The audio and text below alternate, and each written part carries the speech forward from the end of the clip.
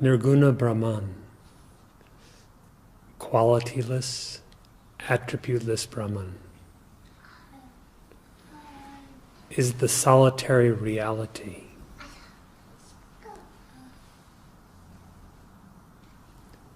That Brahman alone exists is the meaning of non-duality.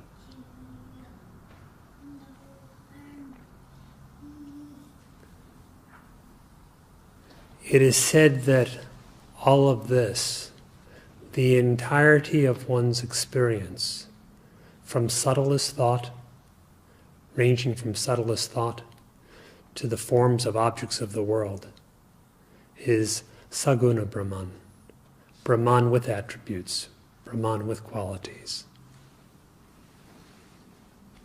There are not two types of Brahman. The meaning is clear, that all this is only Brahman, and Brahman alone exists.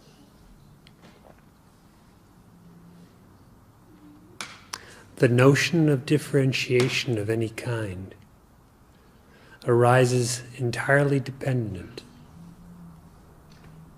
upon the previous assumption, purely imagined,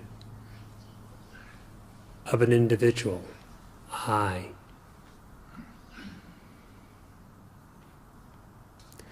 All the differences appear in the midst of that which is undifferentiated, starting with the notion of I.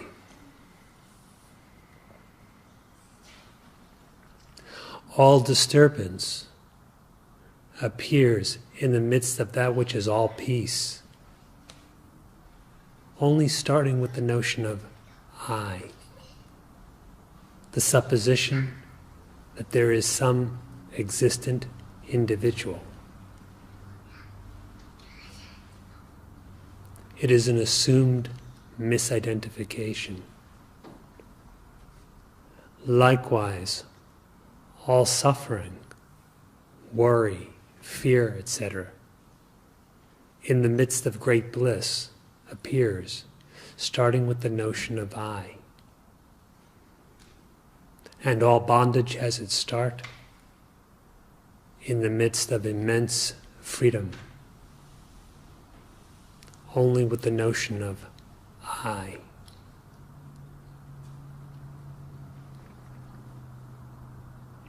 How is this notion imagined? For whom is it imagined?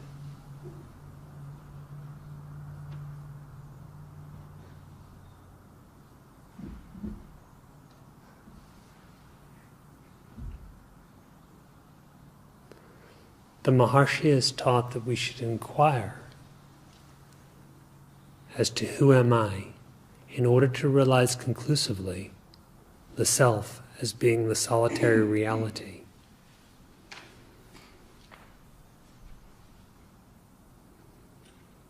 Who am I?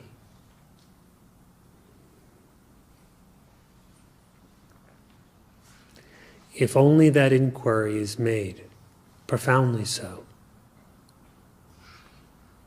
the very root, the very source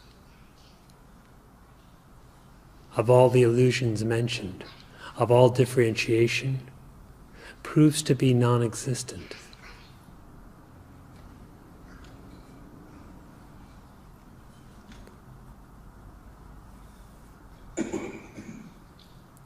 With the root or cause absent, the effect is also absent. The individual and his lifetime's long story both disappear because they are unreal.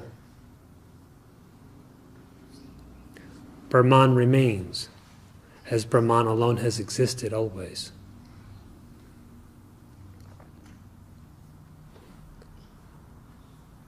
What is it that is real? Only the indefinable Brahman. What was all that disappeared? Nothing but Brahman. And Brahman is invariable in its nature.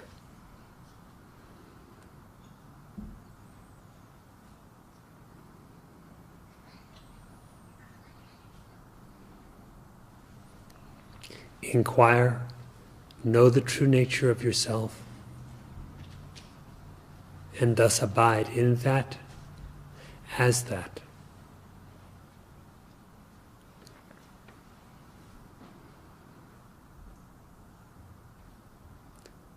This being realized, there is nothing further to be attained.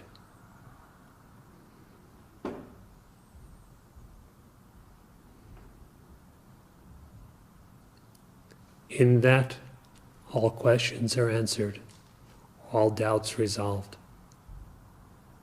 all illusions are gone.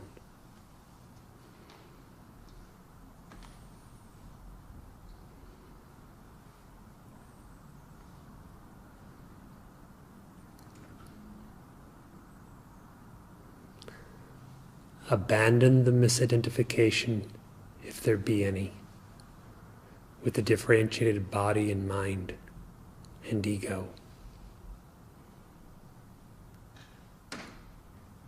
And know the self, the solitary existence, just as it is.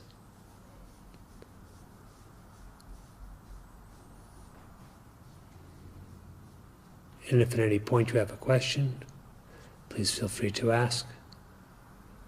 Or if you wish to relate your own experience, please feel free to speak.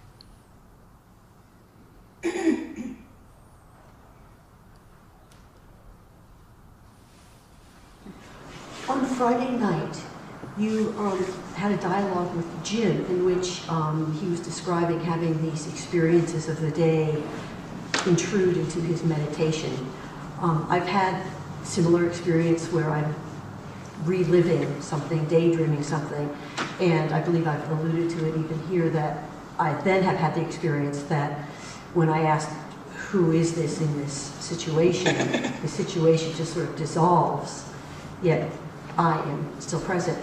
My question is though, so I get that part. The question is, how do you distinguish or how do you deal with when the experience is first coming into your senses? In other words, the memory of the experience is one thing that I can have dissolved, but when the experience is actually first occurring, how can I also separate myself from that?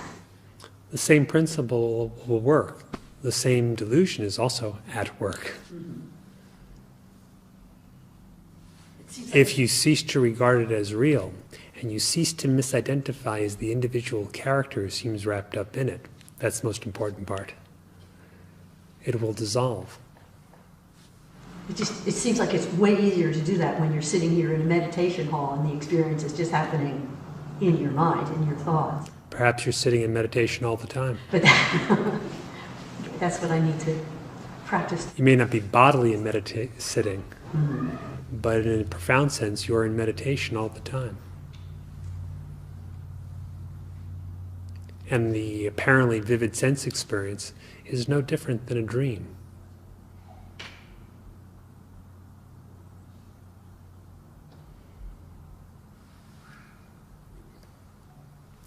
Before inquiring to rid yourself of the difficulties of a memory or a daydream, you could easily register the complaint that it seems so vivid, it seems like it's going on, it seems so real. However, upon a little inquiry, it's not so real. The same is true with all sense experience. It's imperative that the misidentification with the body be relinquished in order to reach such freedom.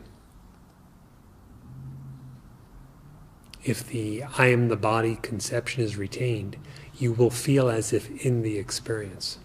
And it will be seemingly difficult to extricate yourself from the limitations of it. If the I am the body conception is destroyed, then you are not in the situation. Now or then. Now or then. And at either time, it's just images appearing in you. If then further inquiry is made as to who you are, the images cease, for they are not real. And what remains is the actual existence.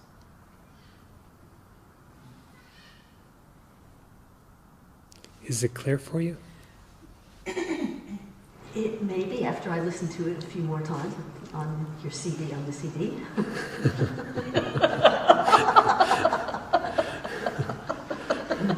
Which is always the case. Digital satsang. Yeah.